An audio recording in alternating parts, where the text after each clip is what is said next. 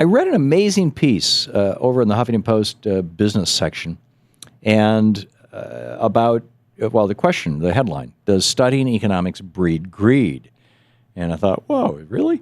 But Professor Adam Grant, a professor at the Wharton School, in fact, the youngest tenured professor, and the author of Give and Take, A Revolutionary Approach to Success, his website, giveandtake.com, A-N-D, giveandtake.com, is with us. Professor Adam Grant, welcome to the program. Thanks, Tom. Thanks for joining us. So does studying economics cause people to change their worldview and become greedier? Well, I think it might. I think my job as a social scientist is to take a look at the data.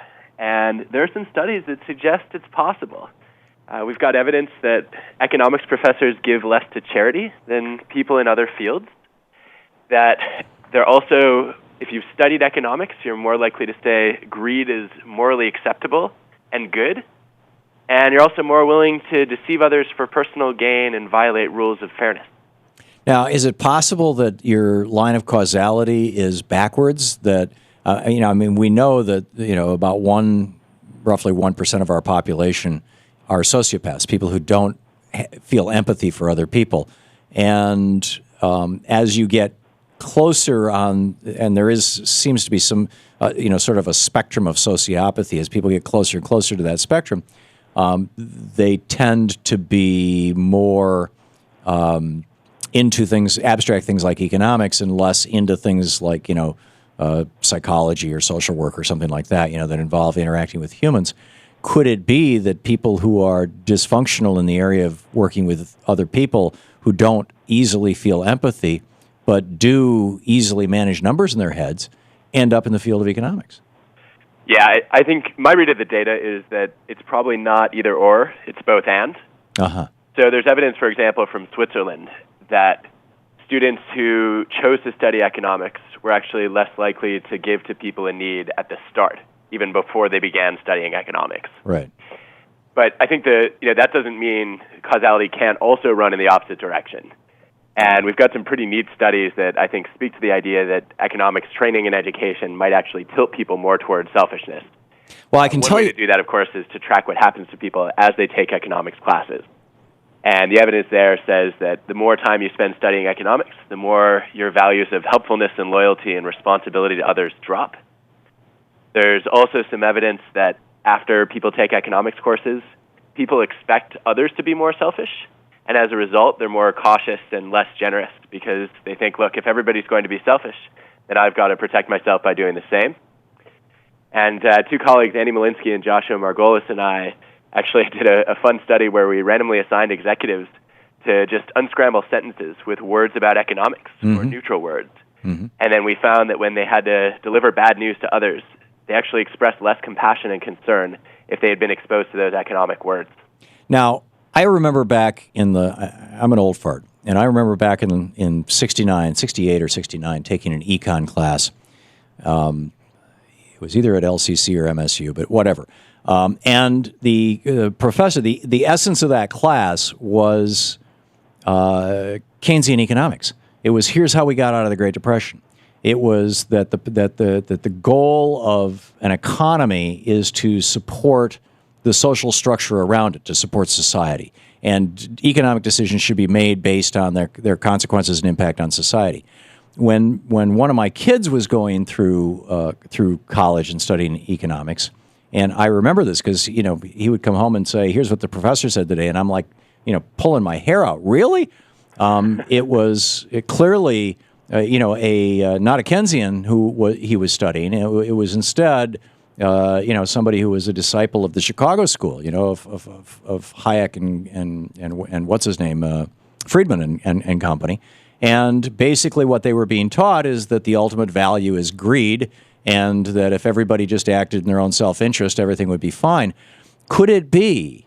I mean, if you look back at the history of economics, Adam Smith did write, The Wealth of Nations, and there is that single sentence once in the book that's actually a cautionary note about the invisible hand, the marketplace. But he also wrote a book called A Theory of Moral Sentiments, which, we had to read back in the day, but now kids don't even know exists, warning us about selfishness, warning us about laissez-faire capitalism. And could it be that it's not economics generically, but it's the type of economics that's being taught? I mean, you got the Koch brothers who are actually funding econ chairs at colleges around the United States if libertarian-leaning professors are put in those chairs.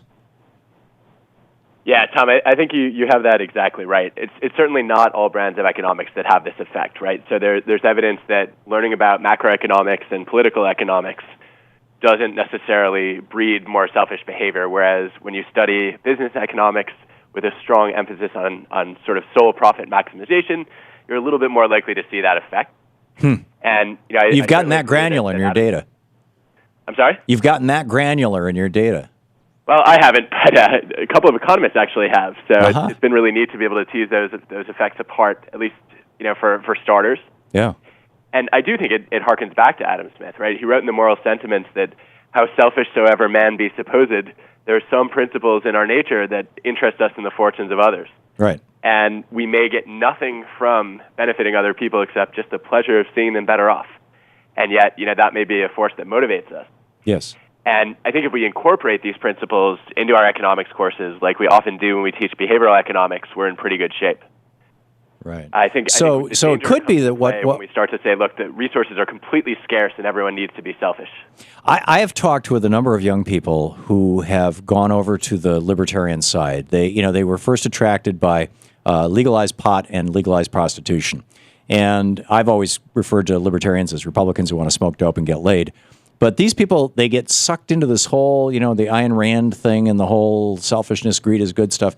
And they start, talking about, well, cut everybody off food stamps, do away with Social Security. We don't need no damn social safety net. It should be and it's like these are people who've never experienced genuine want. And it's almost like they're being trained to be sociopaths.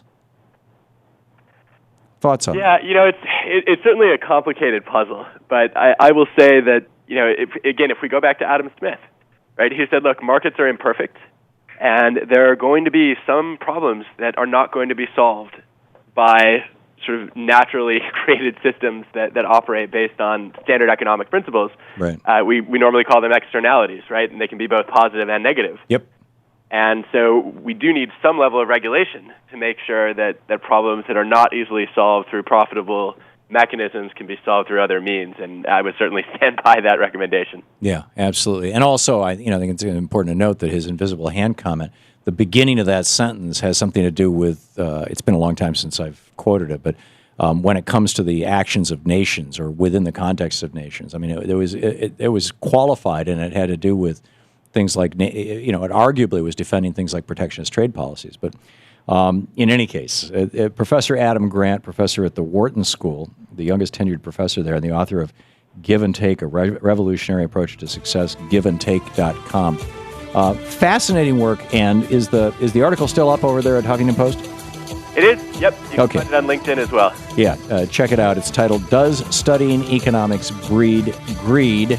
By Professor Adam Grant. Thanks so much for being with us today. Thanks, Tom. Great conversation.